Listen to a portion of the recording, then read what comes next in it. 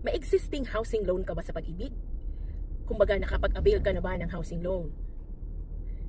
Alam mo ba na kahit may existing housing loan ka, pwede ka pa uling mag-loan sa Pag-ibig? Noon, hindi pwede. Pag may existing ka ng loan, di ka na pwedeng mag-loan ulit. Pero sa bagong policy ng Pag-ibig, o sa bagong guidelines sa Pag-ibig, pwede ka nang magkaroon ng second housing loan. At hindi lang second, pwede ka pang mag-third housing loan.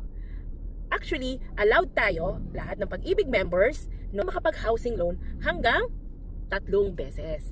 Yes, 3 beses lang ha. Okay. Yun yung ating maximum times na pwede tayong mag-loan. Now, paano yun, no? Paano yun? Qualified ba ako? So, actually, may qualification para makapag-second housing loan tayo. Hindi porket may ganung policy si Pag-ibig ay qualified na tayo, no? So, ito yung mga condition, no? Kapag mag-a-avail tayo ng ating second loan or ng ating third loan, okay? Dito ay pagdating sa housing loan, ha?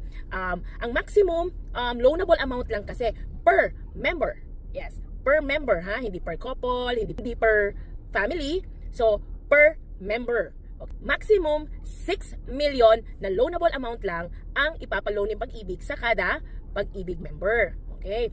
So, 6 million. Let's say, for example, no? Nag-avail ka ng housing loan 5 years ago. Ang halaga na binili mong property, for example, ay 2 million.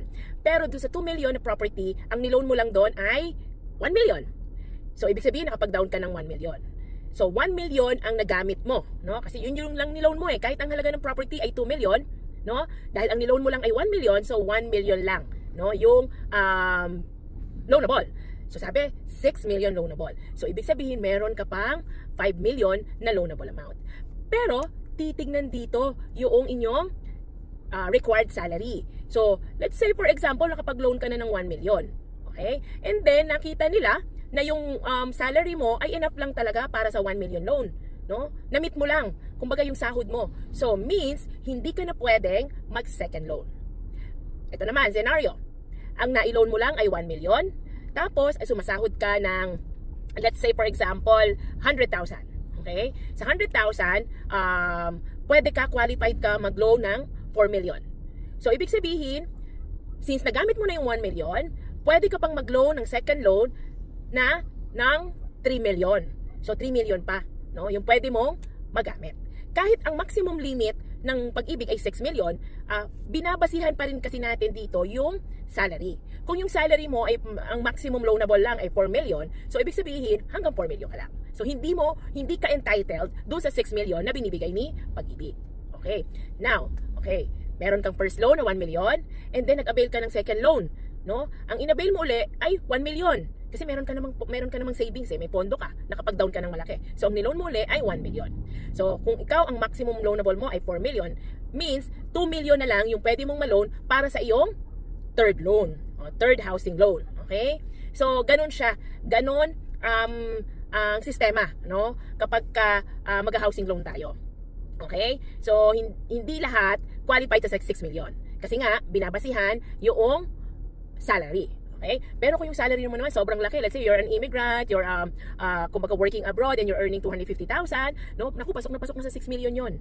Okay? So, ganun yung pag-a-approve ni Pag-ibig. Hindi porket nag-apply ka ng 6 million, bibigyan ka na kagad ng 6 million ng Pag-ibig. Okay? So, pwede kang magpaulit-ulit ng loan, magdagdag ng loan, provided kaya pa rin ng inyong sahod. Pag hindi na kayo bibigyan ng additional loan. Now, ano pa yung tinitingnan ni Pag-ibig para mabigyan ka ng second loan? So, titignan niya yung inyong paying attitude towards your first loan.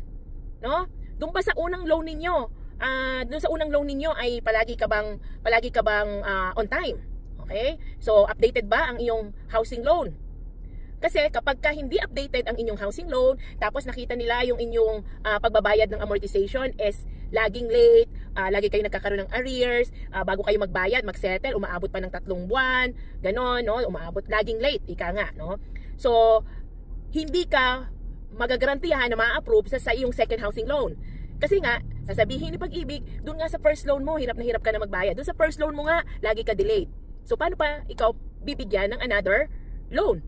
No? Kaya, if you're planning, no, na magkaroon ng second loan at gusto mo pa ma-avail yung housing loan program ng Pag-ibig, ano, kailangan yung first loan mo ay alagaan mo.